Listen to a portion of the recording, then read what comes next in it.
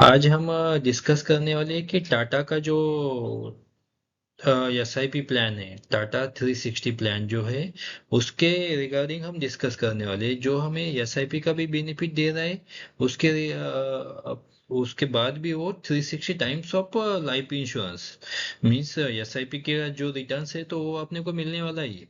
उसके साथ ही वो 360 टाइम्स ऑफ आप एसआईपी अमाउंट वो लाइफ कवर दे रहा है, टर्म कवर दे रहा है। जो नॉर्मली हायर प्रीमियम आता है, लोगों को ये लगता है कि हम टर्म प्लान नहीं ले सकते या हमारे पास इनकम नहीं है, तो वो टाइम ये बेनिफिशियल हो जाता है। और टाटा हमेशा एज अ कस्टमर फ्रेंडली सोचता है, हमेशा वो अच्छे प्लान ही देता है कि जो कस्टमर को अच्छा लगे।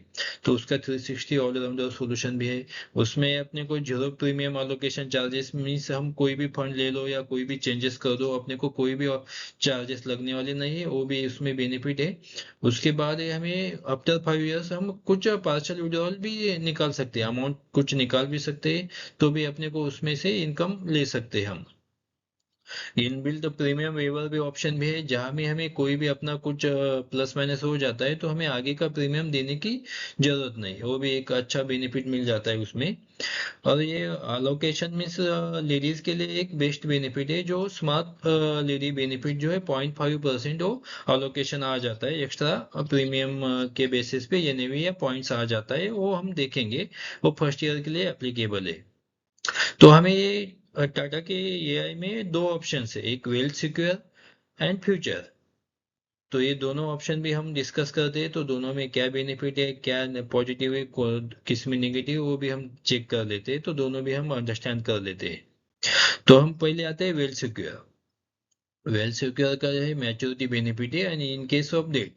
मैच्योरिटी बेनिफिट में क्या ऑप्शन आता है कि मैच्योरिटी बेनिफिट में जो अपना एसआईपी बेनिफिट है, जो अपना एसआईपी का फंड वैल्यूएशन हुआ है, वो अपने को मिलेगा ही मिलेगा।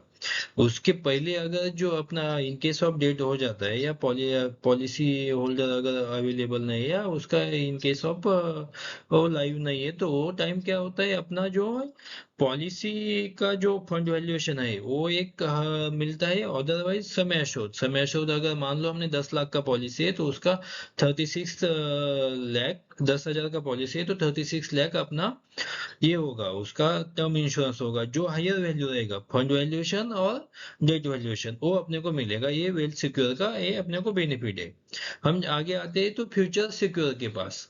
तो उसमें अपने को क्या मिलता है, maturity benefit, fund valuation as on date और मैच्योरिटी ये उसमें मिल जाता है। ये नॉर्मली दोनों में सेम है, जो भी फंड वैल्यू होगा हो जाएगा। In case of death, in case of policy holder का अगर डेट हो जाता है तो अपने को जो समय शोध मिलने वाला है उसका, जो 360 टाइम्स है, मीन्स अगर 10,000 एसआईपी हम कर रहे हैं तो उसका 36 लाख जो है वो तो मिलेगा।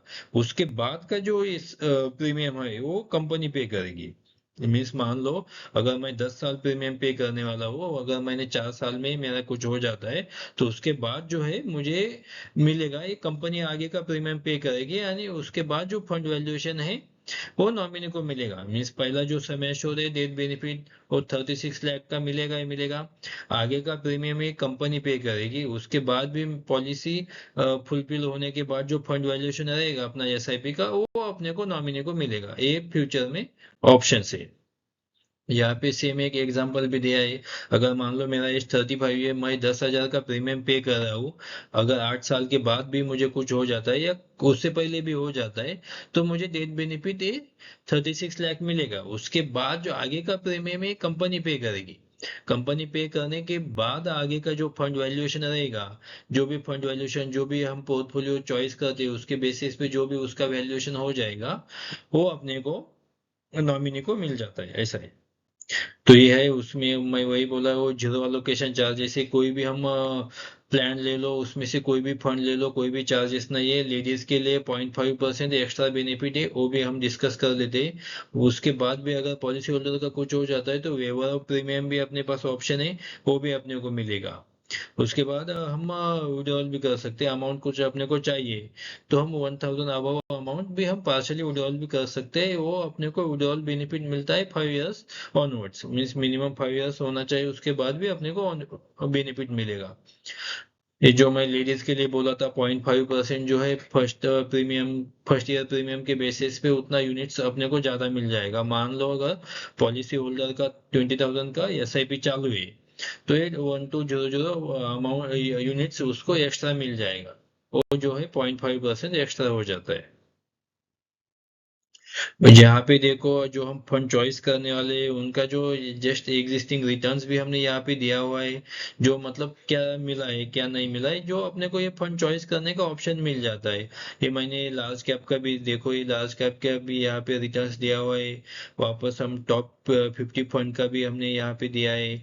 टॉप 200 फंड का भी रिटर्न्स यहाँ पे दिया है। और चॉइस अपने ऊपर है, फंड कैसे चॉइस करना है वो तो हम चॉइस कर सकते हैं। यहाँ पे कंजम्पशन फंड का भी दिया हुआ है, नॉर्मली रिटर्न्स देख लो, मल्टी कैप का भी दिया हुआ है। या हमें स्मॉल कैप भी लेना है, मुझे कोई इश्यू नहीं, मेरा 10 साल तो चलने वाला है, तो मैं स्मॉल कैप का क्यों ना ले लूँ। तो मुझे रिस्क है पर अच्छा रिटर्न्स भी है, वो भी हम कंसिडर कर सकते हैं। तो यहाँ पे मंथली एसआईपी या उसका वेल्थ सिक्योर का जो प्रीमियम ब्रेकअप है, या फ्यूचर का ब्रेकअप क्या है, वो यहाँ पे समय शोध कितना मिलने वाला है, अगर 20,000 एसआईपी लेता है तो उसका ब्रेकअप है, या राइडर का प्रीमियम जो ब्रेकअप है यहाँ पे दिया हुआ है। ये वापस जो चार्जेस ब्रेकअप, एसआईपी का चार्जेस ब्रेकअप जो लेते हैं, फंड वैल्यूएशन लेते हैं या फंड एडमिन चार्जेस जो लेते हैं, वो मिनिमम और मैक्सिमम कितना है वो यहाँ पे मेंशन किया हुआ है। यहाँ पे सेम अपने को कैपिटल टैक्स बेनिफिट भी मिल जाता है, जो लॉन्ग टर्म टैक्स बेनिफिट जो अभी जो ये साल से 12.5% हुआ है, उसमें भी अपने को 80 सेक्शन 10D में वो बेनिफिट मिल जाता है। मीन्स अगर मान लो 20,000 का एसआईपी कर रहा था, 20 साल उसने पे किया, पॉलिसी टर्म 40 साल का लिया था, उसका नॉर्मल मिनिमम वैल्यूएशन में ले रहा हूँ 8%, उससे 2 करोड़ 94 लाख हो रहा है। तो उसके ऊपर टैक्स जा रहा है 30 लाख 65,000। तो वो भी अगर हम यूलिप का प्रीमियम है उसमें सेक्शन का एग्जाम्पशन भी मिल जाता है 2.5 लाख। अगर ईयरली प्रीमियम नहीं है या उससे बिलो है तो अपने को एग्जाम्पशन भी मिल जाता है। तो ये एक बेनिफिट अच्छा है। अगर ये पॉलिसी का जो एंट्री एज है, या हम कौन कौन ये पॉलिसी ले सकता है या कौन ये एसआईपी कर सकता है, तो उसका भी यहाँ पे दिया हुआ है। और डिटेल्स भी हम देख सकते हैं। उसके बाद भी मिनिमम प्रीमियम, मैक्सिमम प्रीमियम, या और नंबर ऑफ प्रीमियम्स का ऑप्शन भी मिल जाता है अपने को, हम मिनिमम कितना ले सकते हैं कितना कर सकते हैं। और यहाँ पे जो है समय शोध ये है कितना मिलेगा, अगर बिलो 45 एज है तो ये 36 टाइम मिलेगा, 46 टू 50 है तो 240 मिलेगा। यहाँ पे जिसका बिलो 40 है तो 360 है।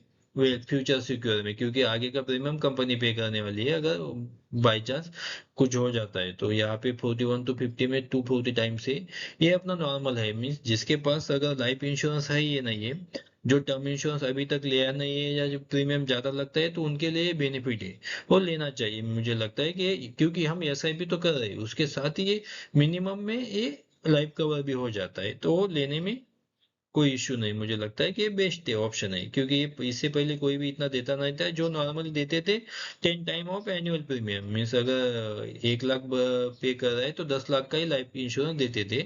बाकी ऑप्शंस में रिटर्न भी एसआईपी टाइप नहीं था, उनका रिटर्न्स भी कम आते थे। तो ये लेना चाहिए। अगर ये वीडियो अच्छा लगा तो लाइक और शेयर सब्सक्राइब कर देना। ये यहाँ पे एक एग्जांपल भी दिया हुआ है, मैंने जो नॉर्मली जो मैंने एक्सप्लेन किया वो यही एग्जांपल मैंने यहाँ पे दिया हुआ है। दोनों का दिया है, वेल्थ सिक्योर और ये फ्यूचर सिक्योर, दोनों का भी सेम एग्जांपल मैंने दिया हुआ है। यहाँ पे भी अंडरस्टैंड कर सकते हैं। अगर कुछ डाउट लगता है तो ये मुझे व्हाट्सएप नंबर पे भी आप कॉल कर सकते हैं या मैसेज कर सकते हैं, दोनों भी चलेगा, कोई इश्यू नहीं। किसी को डाउट आता है, किसी को अंडरस्टैंड नहीं हुआ है, समझने में थोड़ा दिक्कत होता है, तो कर सकते हैं। चलिए, थैंक यू।